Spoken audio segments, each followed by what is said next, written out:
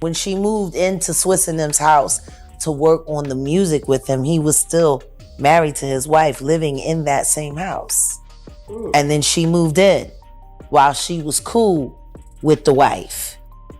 It's plotting to steal her husband to cover up the fact that she's a dyke and she had just got caught beating that girlfriend of hers up down there in Aruba somewhere or something like that. Let's be real for a second. When we all saw Mashonda sitting pretty on that couch right next to her ex-husband, Swizz Beatz, and the very woman he left her for, Alicia Keys, talking about how their beautiful blended family does holidays together like it's a Hallmark commercial, most of us assumed, wow, Mashonda really let go of that betrayal. I mean, we hang out with each other. We go to dinner together. Our family is one big, beautiful family. We're doing Thanksgiving. We're doing the holidays. We'll do a birthday celebration together. It is a beautiful partnership. I'm very, very proud of that. It's a real thing and it's possible. I mean, how else would you explain it? Sitting side by side with the woman who helped wreck your home, laughing it up, sipping wine, and planning Thanksgiving like nothing ever happened? It screamed forgiveness, right? But nah, turns out we were wrong. Dead wrong. She was out here saying things like, we hang out, we go out to dinner together, we do Thanksgiving, birthdays, holidays, all of it. It's a beautiful partnership. And she said it with her whole chest too, like she was proud of it, proud of this seemingly mature co-parenting setup that looked like a dream on the outside.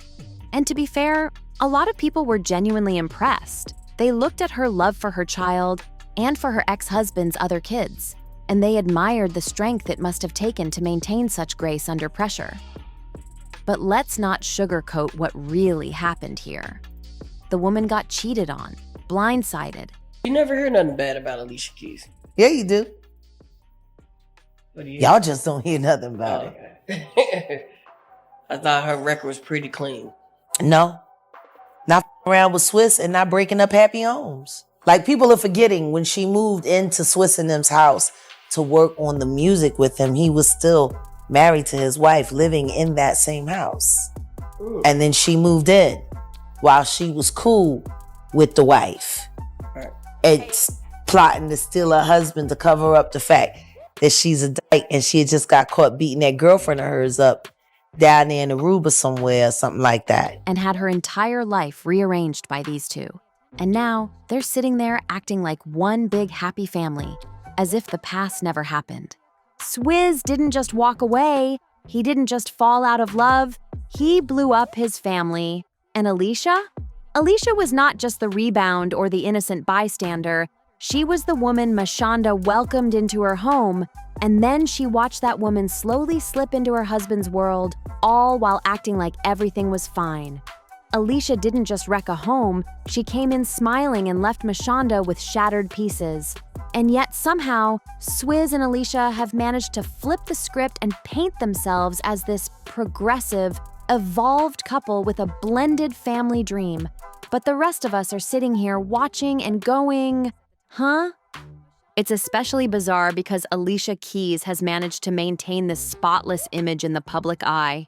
You barely ever hear a negative word said about her. People act like she's an untouchable goddess of good vibes and natural beauty. But when it comes to this situation, oh, you hear plenty. You just gotta listen carefully. Because while some of y'all think her record is squeaky clean, there are people who still remember how this all went down. He wanted to know why I couldn't go see him at his dad's, and why can't his dad come over and see his bedroom at our house? It was really a wake-up call. Even if we don't want to for ourselves right now, we have to do it for him because he doesn't deserve it. And they remember it vividly. Let's go back a bit. Back when Alicia first started showing up at Swizz Beatz's house. You know, the one he still shared with Mashonda. The same house. They were married, living together, raising a child, and in walks Alicia. She claimed it was for music, said she was just there to collaborate. But before long, she wasn't just collabing in the studio, she was moving into his world. Rumor even has it that she was cool with Mashonda at first, all while plotting to snatch her man right under her nose. Oh, and don't forget that little situation down in Aruba where Alicia allegedly beat up her girlfriend at the time. Yeah, people conveniently forget about that. Did you know each other before? Her best friend was a rapper in my class, and she used to always tell me like, man, you gotta meet Allie, you gotta meet Allie. She's doing music, you doing music. And one day she finally came to pick up from school and she was like, Swizz, come here, this is Allie, that's what I'm talking about. And I remember her having on a purple Columbia jacket, Tim Scully. I mean, she looked harder than me. I was like, okay, you know.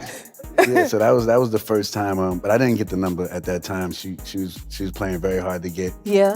But I finished. So while Alicia's out here all zen and spiritual and singing about love and light, Mashonda was left trying to figure out how her husband vanished and why the woman who smiled in her face was now laying in her bed. And if you think Mashonda was okay with it, think again. That seating arrangement on that couch? That could have easily been strategy. Keep your friends close and your enemies closer, right? Because deep down, Mashonda never forgot how it all started. And she's spoken on it multiple times. She's been vocal about it even years later.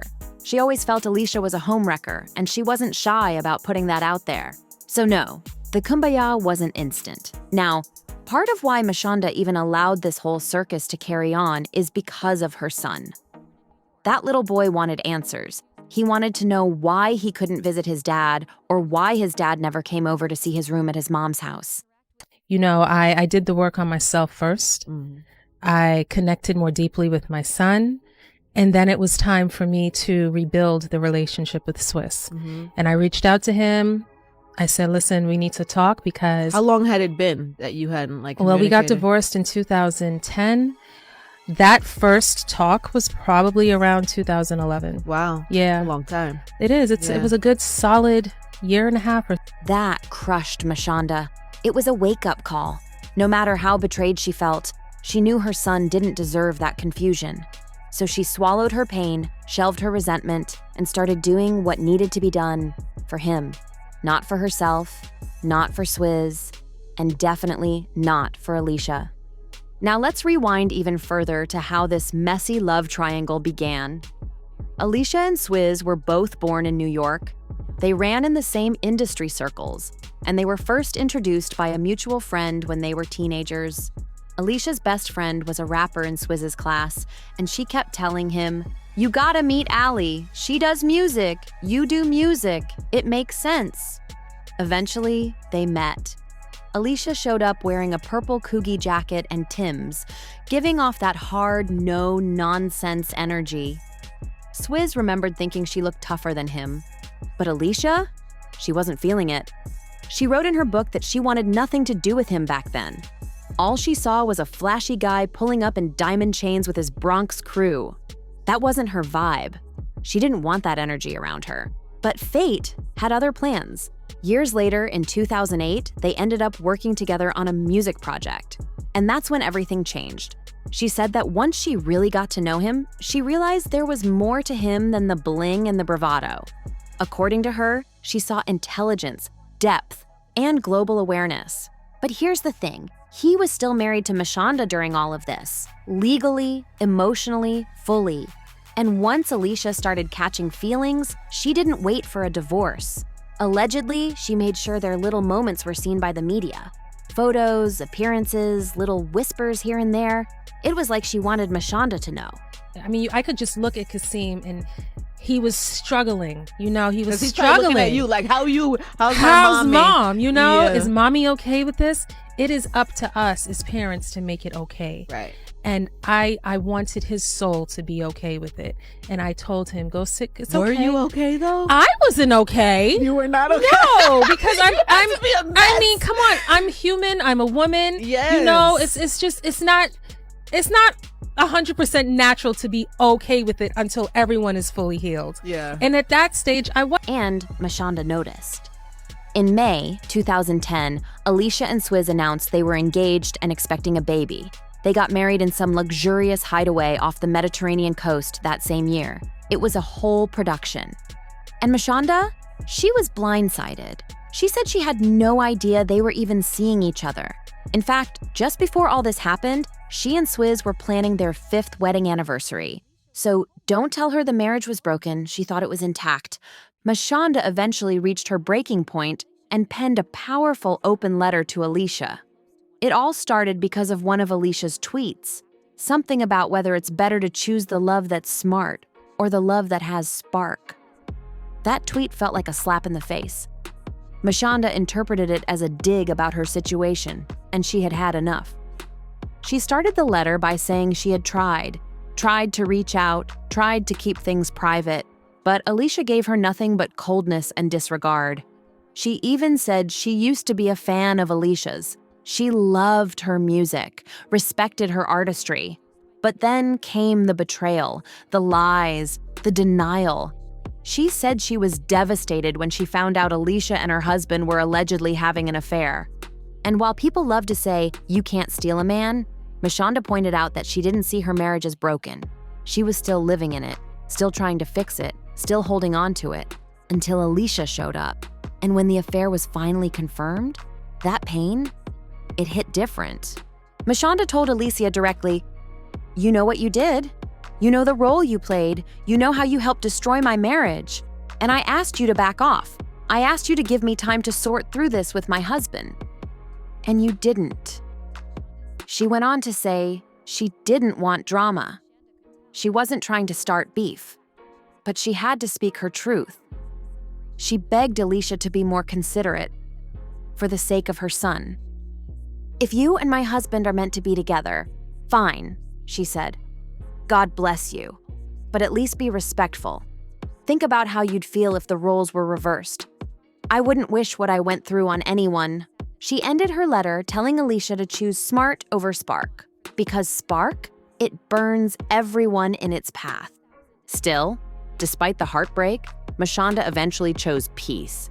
She did the inner work, she reconnected with her son, and then, slowly, she rebuilt a relationship with Swizz. She reached out and said, we need to talk. That conversation happened about a year and a half after their divorce. It took time, and it wasn't easy. Mashonda later even apologized in her 2018 memoir for publicly dragging Alicia.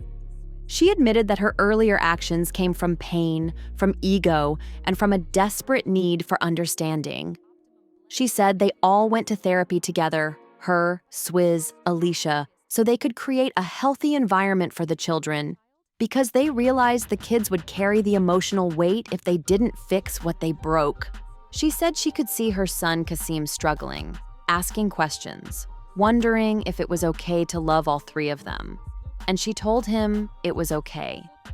Even though deep down, she wasn't okay. She was still hurt, still healing, because that kind of betrayal doesn't just vanish overnight. Mashonda now says that she and Alicia get along well, and that they even end their meetings telling each other, I'm so proud of us. And maybe that's real. Maybe it's genuine.